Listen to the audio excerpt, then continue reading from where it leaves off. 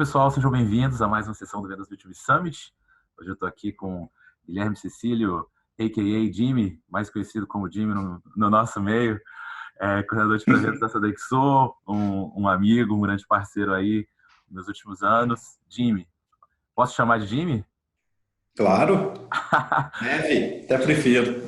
Seja bem-vindo ao Vendas B2B Summit. É um prazer ter você aqui hoje. E a gente poder falar um pouquinho sobre coaching de vendas, que é um tema que o pessoal tem muito interesse, tenho certeza que a galera vai gostar muito.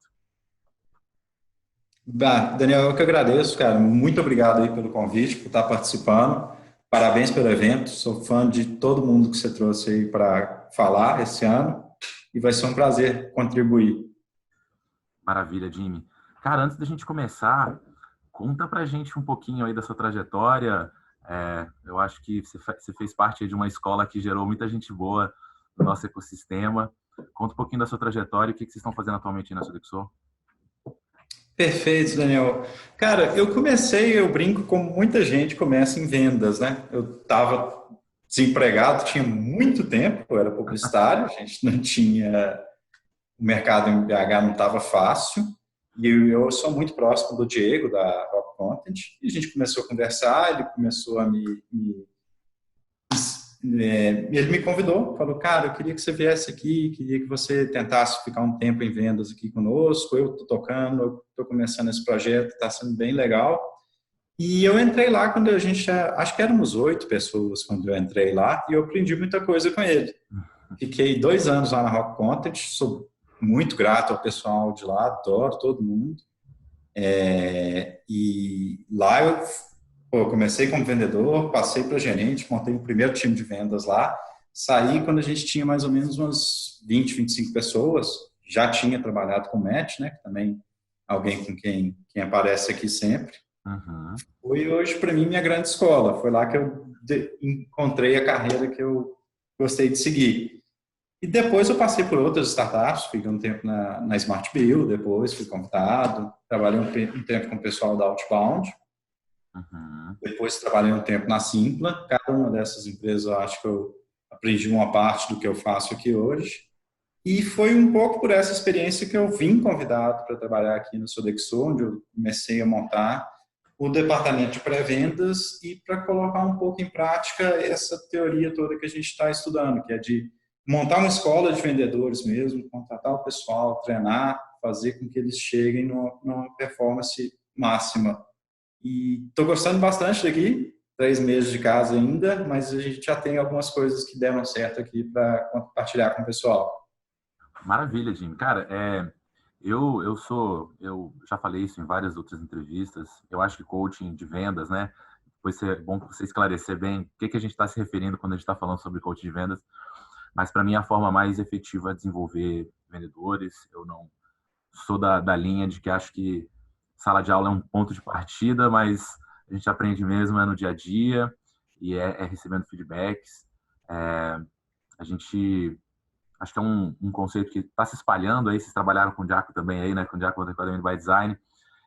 Ele vai participar Isso. também aqui. Ele tem uma mentalidade que eu concordo demais, de trazer isso para o dia a dia, né? E realmente, a gente realmente atuar como profissionais, né? A gente está numa profissão onde a gente treina muito pouco. Então, conta para a gente aí como é que você enxerga essa questão de coaching de vendas, qual que é o papel que tem dentro da organização de vocês. E depois vamos entrar e conhecer em detalhes como é que vocês estão atuando aí. Perfeito. A primeira coisa que eu acho legal deixar claro para todo mundo é que coaching hoje é uma palavra que ganhou diversos significados. Assim, Verdade.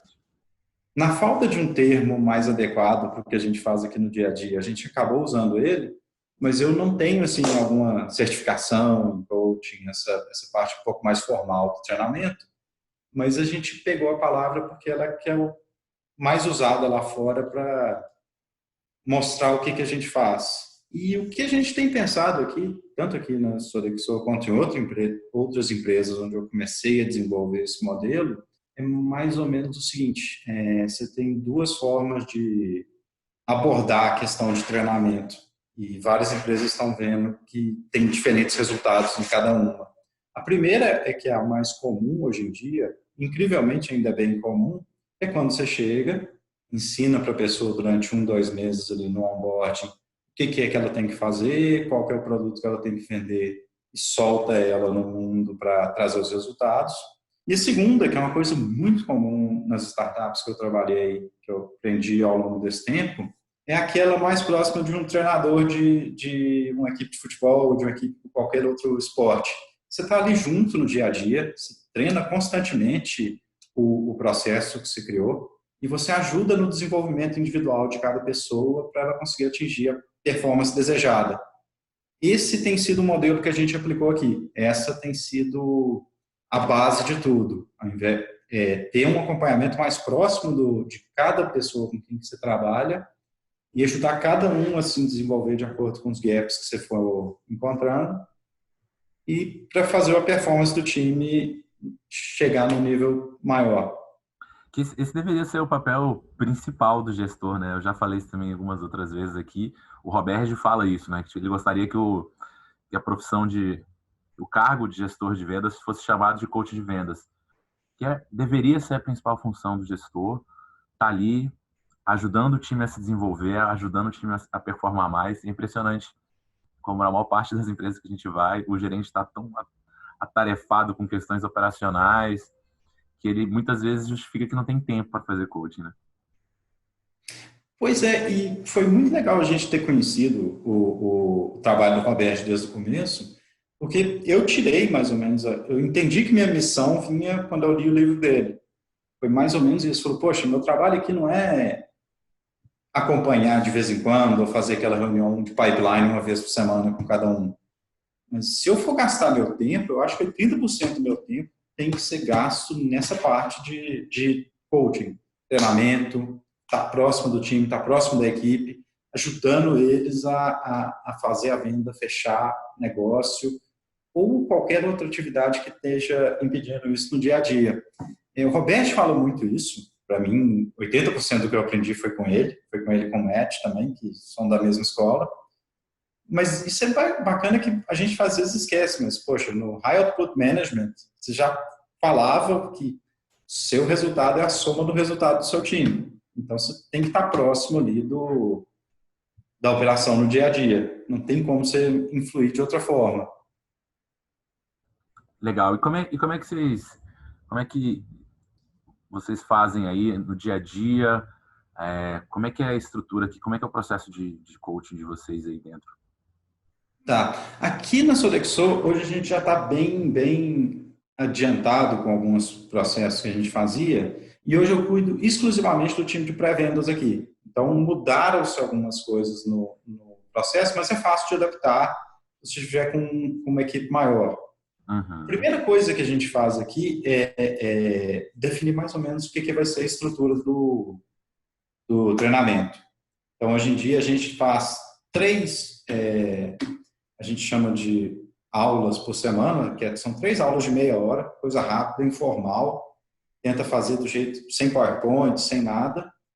E essas aulas a gente vai discutindo o que é o mais importante no tema do mês. Poxa, qual que é o tema do mês que a gente vai tratar? Te dando um exemplo aqui do que a gente está fazendo esse mês. Esse mês a gente está cuidando da qualidade das leads que a gente passa para frente. Então, a gente tem que chegar num nível de 90% de oportunidades aceitas. As oportunidades, a gente tem que ter esse KPI. Então, a gente preparou o calendário do mês todo baseado nisso. Então, cada uma dessas aulas tem um objetivo de discutir um desses pontos que influenciam na qualidade. Seja, poxa, como que você faz um cold call mais bem montado, como é que você pega realmente compromisso sólido com a pessoa de que aquela reunião vai acontecer, como é que você faz um diagnóstico para saber se aquela pessoa tem realmente um problema. A gente distribui essas questões durante o mês e cada uma das SDRs que é boa naquilo, que domina uma dessas funções básicas, acaba sendo responsável por dar aquela aula. Então, esse é o principal fator. Não sou eu dando aula, todo mundo participa durante o dia. Você me falou que são 3 aulas por semana. Você tem 3 aulas por semana. Tem um horário específico no comecinho do dia ou vocês vão ajustando no calendário de vocês? A gente combina o horário que funciona melhor para todo mundo. Acaba que a gente aqui, com uma empresa um pouco maior, tem outras funções, então não dá para ter certeza disso. O importante é combinar com todo mundo o horário que Legal. funciona. Uhum. Independente. Eu prefiro de manhã. Acho legal começar o dia já com uma tarefa dessas. Mas aí varia, tipo, como é que a empresa faz. Aqui, por exemplo, hoje a gente começa cedo, então 8h30 da manhã todo dia a gente tem a primeira aula. Legal.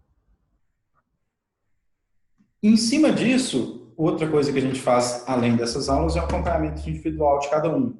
Eu gosto de fazer uma sessão de one-on-one com cada pessoa, e aí o que a gente tem nessa estrutura do one-on-one é mais ou menos o seguinte: a primeira metade a gente dá uma olhada nos números, Uhum. identifica como é que aquela pessoa performou, compara os números dela com o resto do número do time, e aí o número você vai quebrando ele cada vez em atividades menores, né? Quantas ligações a pessoa fez, quantos e-mails ela disparou, quantas ligações ela conseguiu conectar,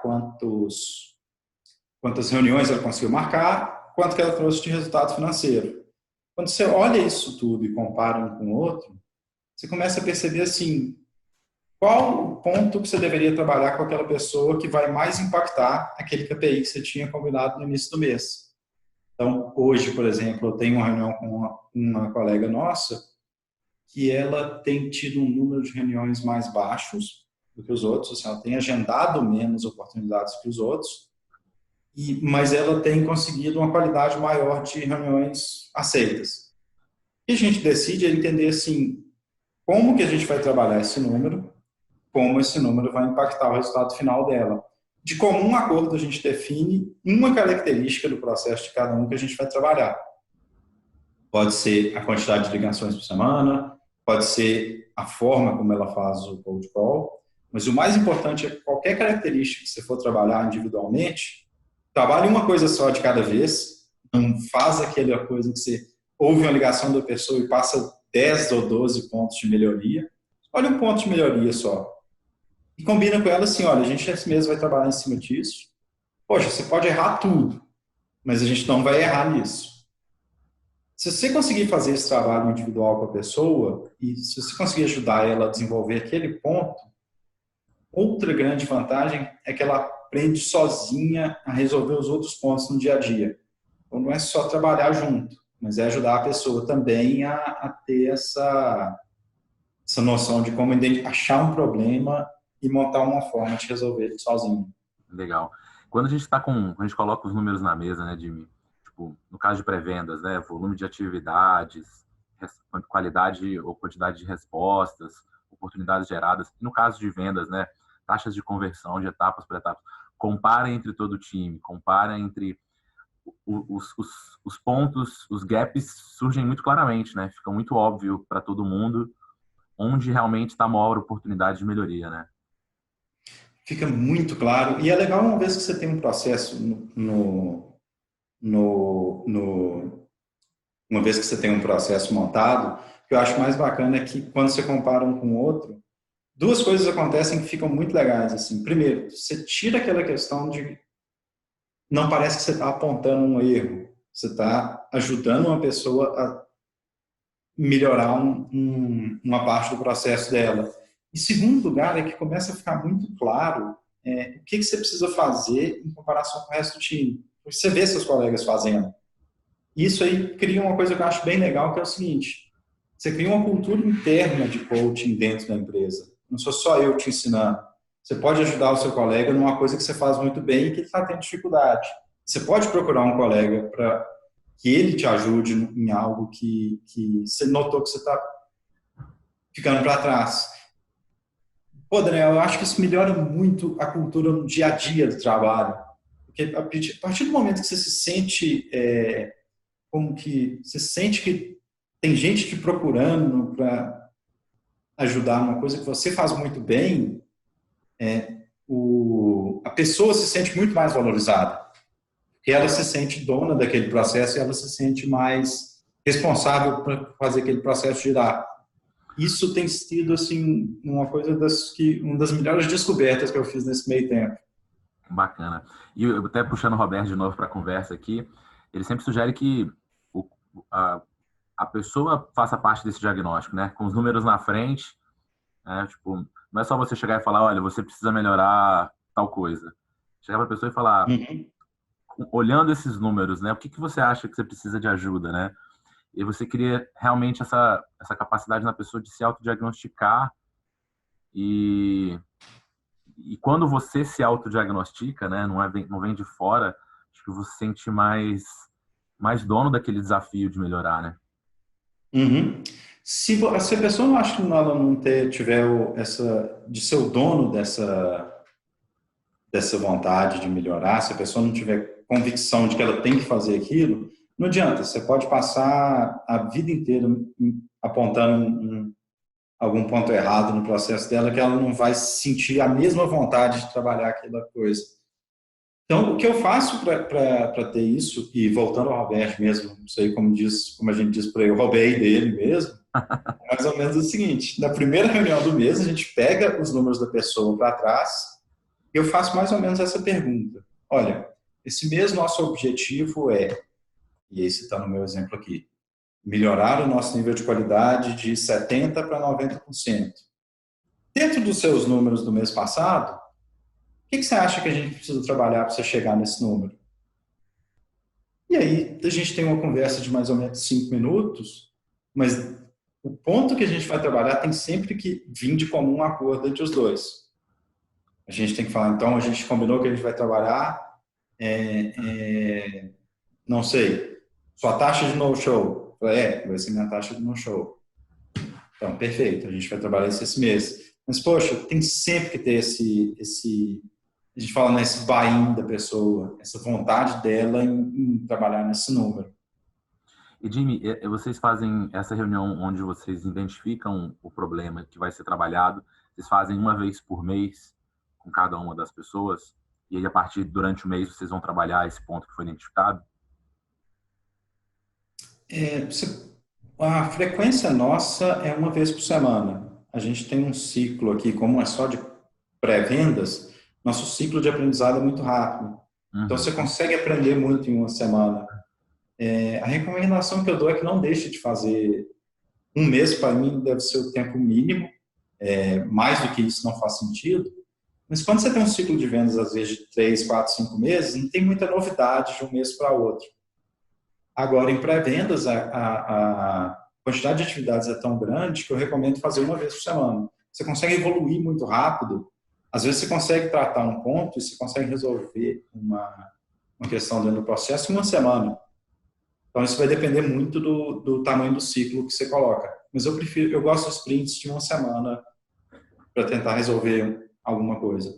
Legal. Essa questão de ser uma coisa só também é muito importante, né? Dá pra chegar para a pessoa e falar, olha, você precisa melhorar nisso, nisso, nisso, nisso, nisso, nisso, nisso, que ela não vai conseguir melhorar, né? Trabalhar por mais que a gente identifique, né, que você tem que trabalhar, melhorar no volume de atividades, você tem que melhorar a qualidade dos e-mails, melhorar a abertura da ligação, sempre uma coisa de cada vez, né? Sempre uma coisa de cada vez. E é engraçado que isso não é intuitivo para a gente. A primeira vez que eu fui gerente de uma equipe, eu acho que muita gente vai te falar isso também. A primeira coisa que você faz com um novato é geralmente sentar ele na sala e falar: olha, eu ouvi sua ligação, eu acho que você precisa melhorar nisso, nisso, nisso, nisso, nisso, nisso, nisso. E é desesperador para a pessoa, porque ela não vai discordar de você, ela realmente vê que ela precisa melhorar em todos aqueles pontos. Mas, ao mesmo tempo, ela fica perdida. Ela não sabe por onde ela começa. Então, quando você vira e fala para ela, olha, calma, eu sei que a gente tem muita coisa errada e eu sei que tem muito ponto para melhorar. Mas vamos focar em resolver só esse problema. Primeiro, você dá mais clareza para a pessoa, ela fica, poxa, eu realmente sei o que eu tenho que fazer nesse mês. E você dá uma tranquilidade para ela também, que a gente esquece que a gente muitas vezes não tem como vendedor. Você está ali de cara para o resultado financeiro. Você sempre sente que você não tem tempo suficiente. Mas quando você fala assim, olha, calma, tem tempo, a gente chega ali. Vamos corrigir esse problema agora. Esse problema fica mais fácil para ela também ter noção do que precisa ser feito para chegar num resultado claro. E esse para mim, se você não tiver mais nada em termos de treinamento, em termos de coaching, na sua empresa, se você conseguir colocar só essa política em prática de resolver uma coisa de cada vez com cada um dos seus vendedores, eu acho que você já tem uns 80% de ganho. E esse é o ponto principal para mim. Escolhe uma coisa de cada vez para resolver. E foi o que a gente tem feito. Inclusive, a gente multiplica. A gente não só resolve uma característica individual por vez com cada vendedor, mas a gente resolve também uma característica do nosso processo de vendas da equipe. Então, da mesma forma que eu trabalho individualmente com cada um, esse mês nós vamos trabalhar a sua taxa de qualidade, elas sabem que a equipe inteira está trabalhando naquilo, que a minha responsabilidade também com o trabalho, como é que eu posso dizer, meu trabalho de escritório, meu trabalho interno, é fazer alguma coisa para jogar aquele número para cima. Então, ter sempre clareza desse objetivo único ajuda bastante. Maravilha, Jimmy. E, cara, beleza, a gente identificou um problema, né? Quais são as formas que a gente pode utilizar para desenvolver esse gap? Como é que vocês trabalham isso aí?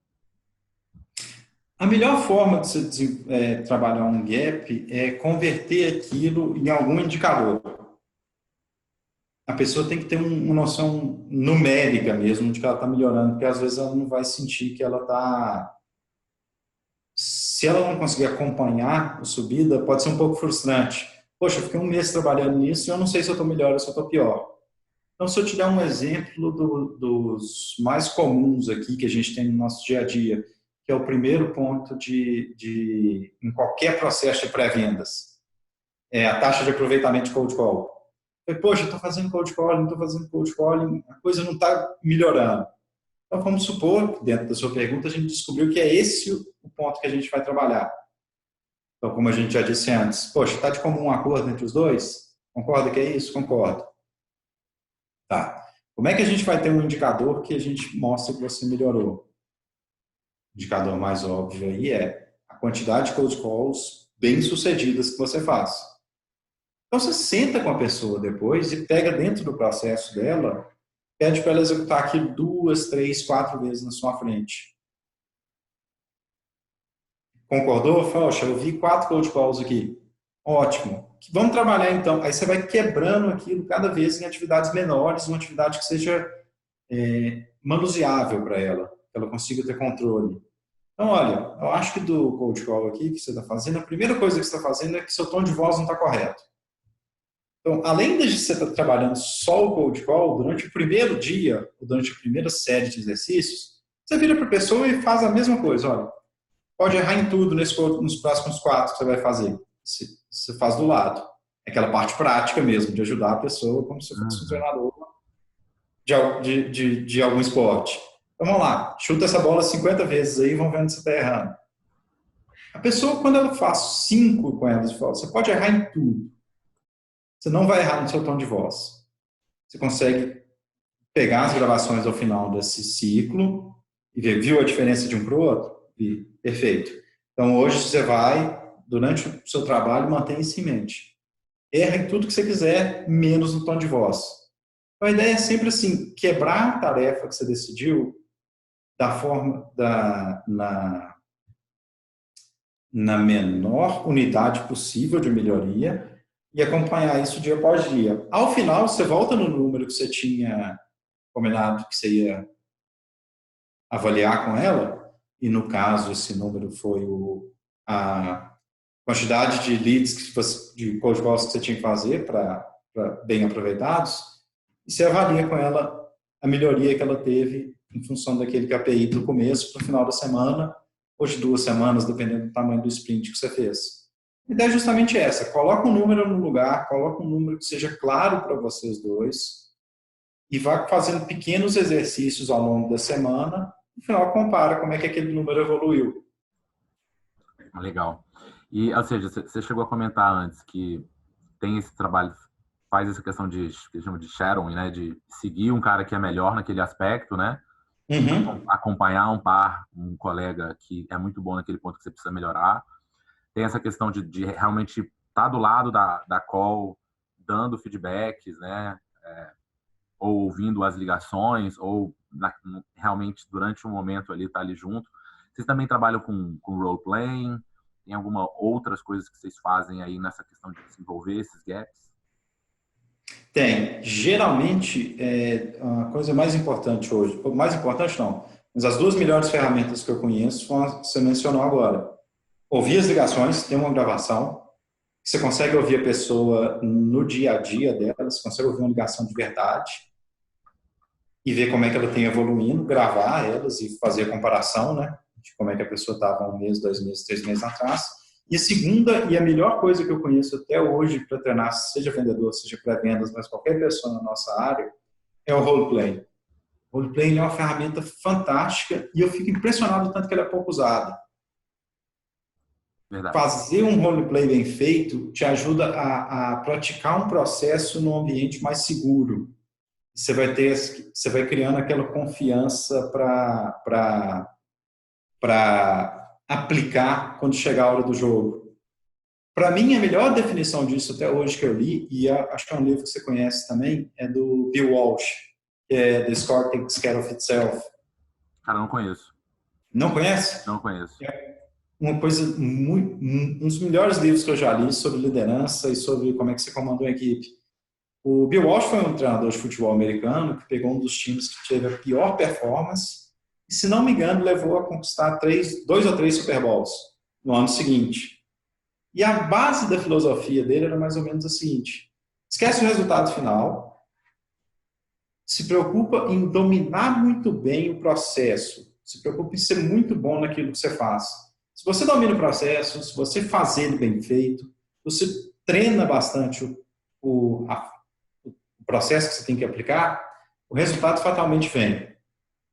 Isso é difícil para a gente, porque comparado com o esportista, a gente também a gente também é cobrado diretamente pelo nosso resultado, porque a gente trabalha com dinheiro, a gente trabalha com dinheiro que entra na empresa. Uhum. Então, para um vendedor e para quem trabalha com pré-vendas também, é muito difícil você tirar a sua cabeça do resultado.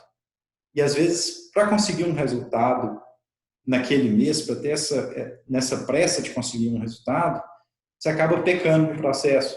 Vou deixar o processo de lado e vou entrar em pânico aqui, vou ligar para 300 leads, vou ver se eu consigo colocar alguma coisa nesse mês. Isso, no curto prazo, resolve, a gente sabe que resolve, todo mundo aqui já teve que fazer isso. Mas no longo prazo, se você quer uma equipe competitiva, se você quer que o seu processo de vendas funcione bem, foca em ter um bom processo, em praticar esse processo todo dia. Novamente, não tem jeito melhor do que roleplay. Mas isso eu acho que vai te levar a fazer seu resultado crescer constantemente e não ter só aqueles picos e vales que a gente tem geralmente no começo. Legal demais, cara. E tem, assim, a gente tá falando muito de coaching individual, né, de fazer um trabalho individualizado. Existe alguma tipo de prática que, além dos treinamentos convencionais, assim, algo que dá para fazer em grupo? Ou você acha que é muito mais efetivo mesmo fazer esse trabalho individualizado? O que eu acho que funciona melhor é trabalhar tanto em grupo quanto individual. Então, a ideia é que você tenha um tema do mês ou da semana ou de alguma coisa que você está trabalhando é muito boa e você faz nas aulas, né? Você faz com todo mundo junto, faz aquela aula de 30 minutos, 1 hora, não importa. O que importa é que ela seja recorrente, aconteça 2, 3, 4 vezes por semana, mas com grupo. E o grupo trabalhando aqueles pontos que foram combinados previamente. A parte individual é muito, muito importante, mas o seu objetivo final é criar uma cultura de coaching que seja constante no seu time. Ou seja, vamos ter a parte individual, vamos fazer esse treinamento com cada um, mas é muito importante que o time se treine ao longo do tempo. A melhor forma que eu encontrei de fazer isso, aí tem dois modelos que eu acho ótimo, que é o seguinte: não só o modelo de aula, né? Você coloca um dos seus vendedores para dar aula, você mesmo dá uma aula. E a segunda é sentar seu time todo e falar: beleza, fulano, você agora vai ligar para um cliente, todo mundo aqui vai te ouvir e a gente vai te dar algum feedback no final. Essas são as duas, se eu fosse implementar, colocar essas duas práticas aí no dia a dia já funciona muito bem. Legal, esse ano a gente tem uma novidade internacional aí no Summit, que é o John Barrows.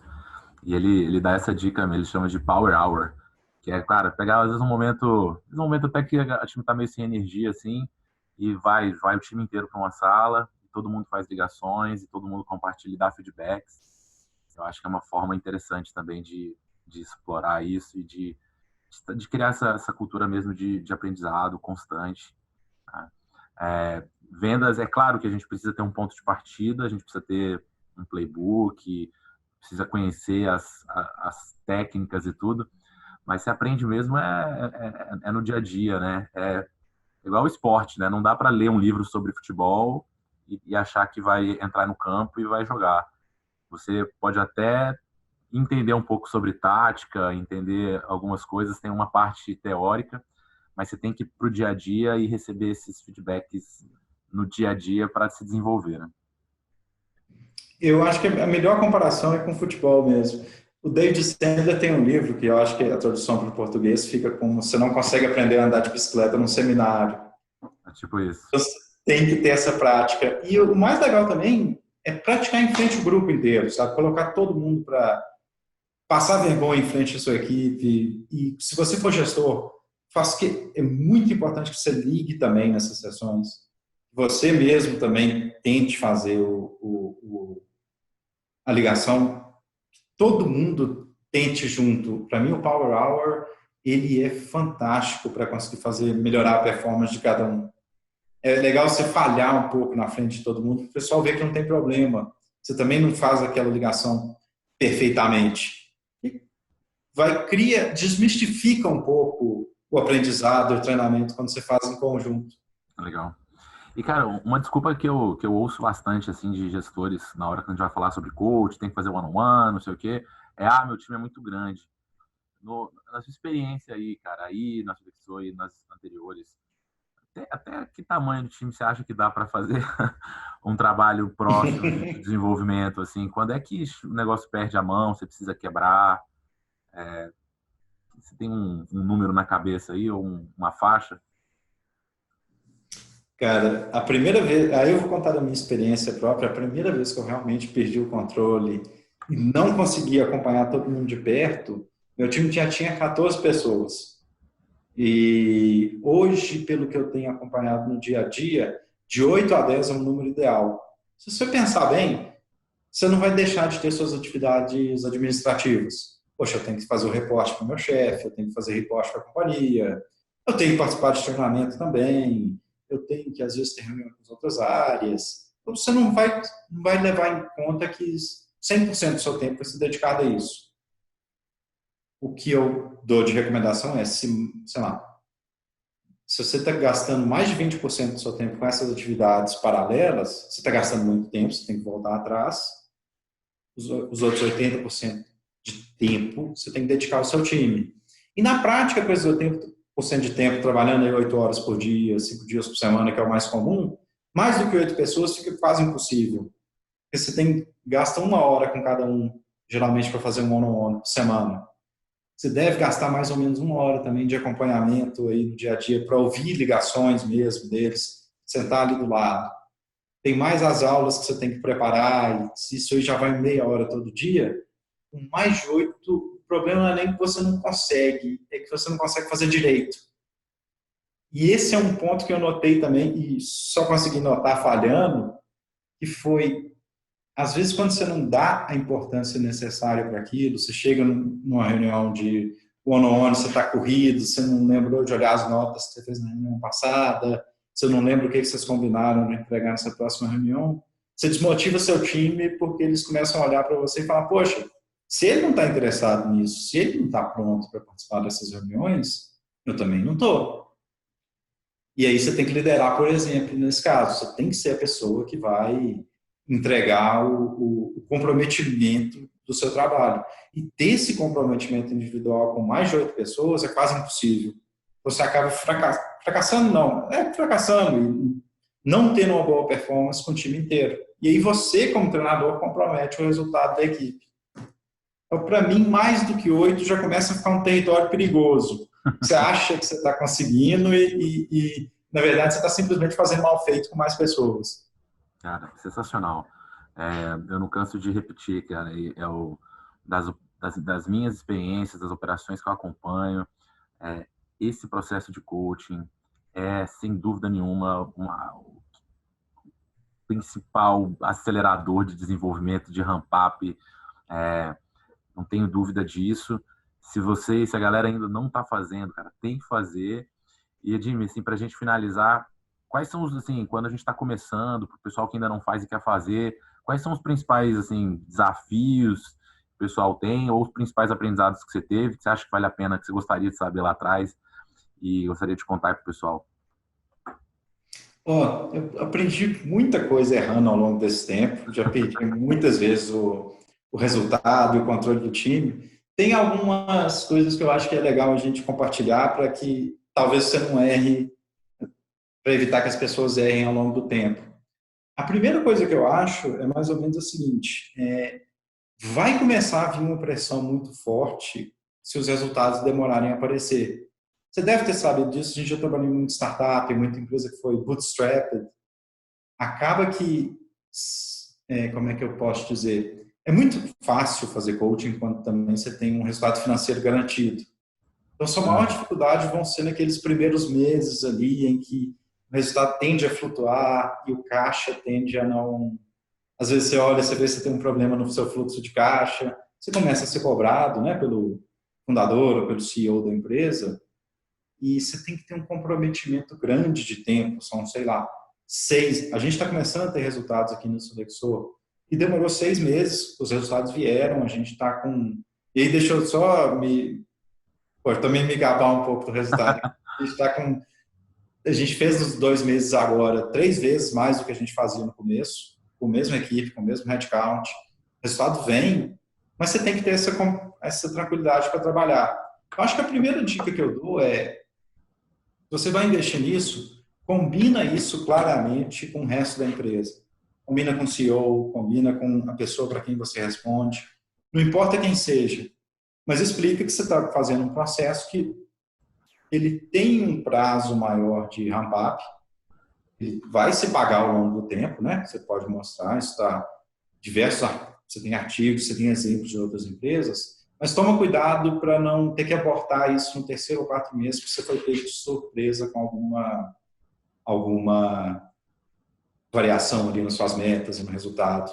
Combina com todo mundo antes o que você está fazendo. Acho que a segunda coisa que eu aprendi nesse meio tempo é que faz uma grande diferença se deixar as coisas por escrito. Se você sair numa reunião e você combina com o seu vendedor, você vai fazer isso, você vai fazer aquilo, a gente volta aqui na semana que vem. Ao longo do tempo você se perde, que com 8 pessoas, para você lembrar o que cada um está fazendo, é quase difícil. Nem que seja numa folha de papel que você vai acompanhar, que você vai deixar no caderno, que você vai ter uma documentação um pouco maior, documenta tudo. Documenta o que você está combinando com o seu time, documenta o que você conversou na última conversa, documenta o que cada um falou. Isso te ajuda a manter todo mundo accountable. E outra coisa que é muito, muito, muito importante, se você vai investir em treinamento, vai investir em coaching, poxa, você tem que liderar por exemplo sempre. Uma coisa que o Matt, que você vai entrevistar esse ano também, imagino, me ensinou muito quando a gente trabalhou junto, você lidera por exemplo. Então, se você não está gastando seu tempo também com aquele coaching, se você não está ali estudando algum assunto, se não se prepara para uma reunião, se você não relê suas notas antes, você começa a passar o exemplo de que aquilo é alguma coisa que a pessoa pode fazer de qualquer jeito. Então, poxa, vai investir? Primeira pessoa, e a que tem que estar mais investido em tudo é você. Seu tempo tem que ser gasto de verdade, assim, se esforçando para fazer aquele modelo funcionar. E não só cobrar do seu time que eles têm que participar de aula, ou que eles têm que participar de um one-on-one. Senão acaba que vira uma obrigação. Você já deve ter acompanhado isso em muitas empresas. Aquilo que vira uma obrigação não funciona tão bem quanto aquilo que é um treinamento. Aquela formalidade chata, né? Pô, tem que fazer, nenhum dos dois acredita muito no processo, né? E você faz meio de qualquer jeito. Fez meio de qualquer jeito. Então, olha, eu já vi muitas vezes, e eu sou culpado disso aí, já errei isso em alguns lugares. Felizmente eu aprendi com o tempo, foi isso.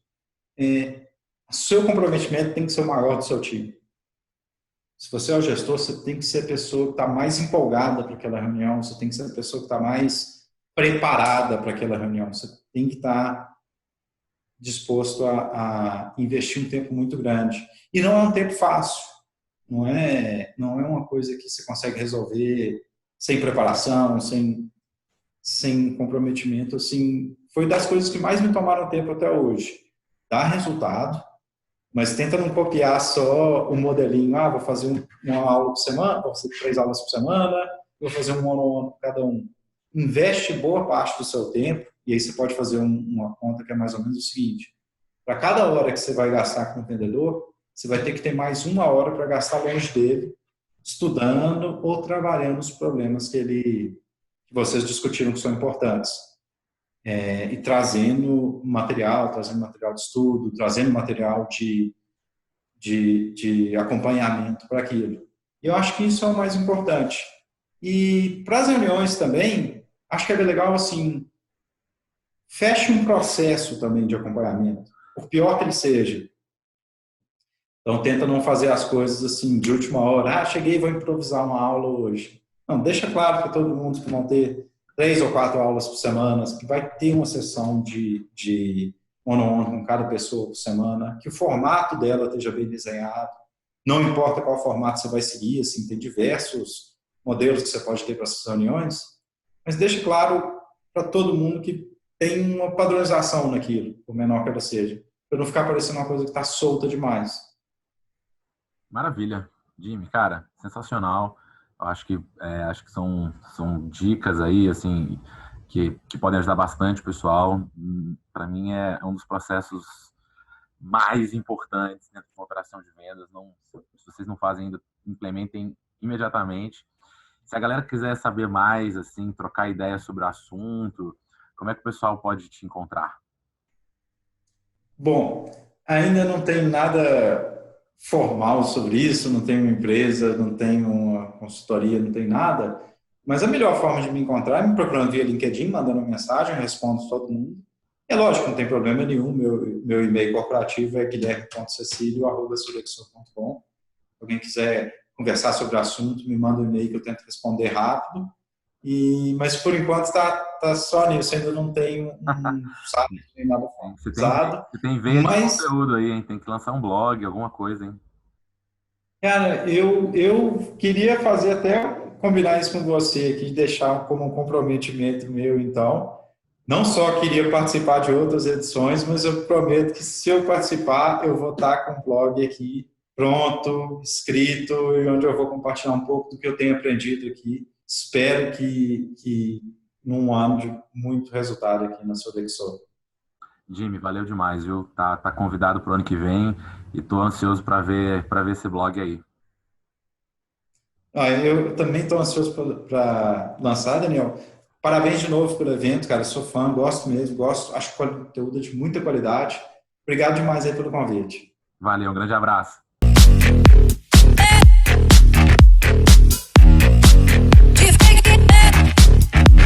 Thank you.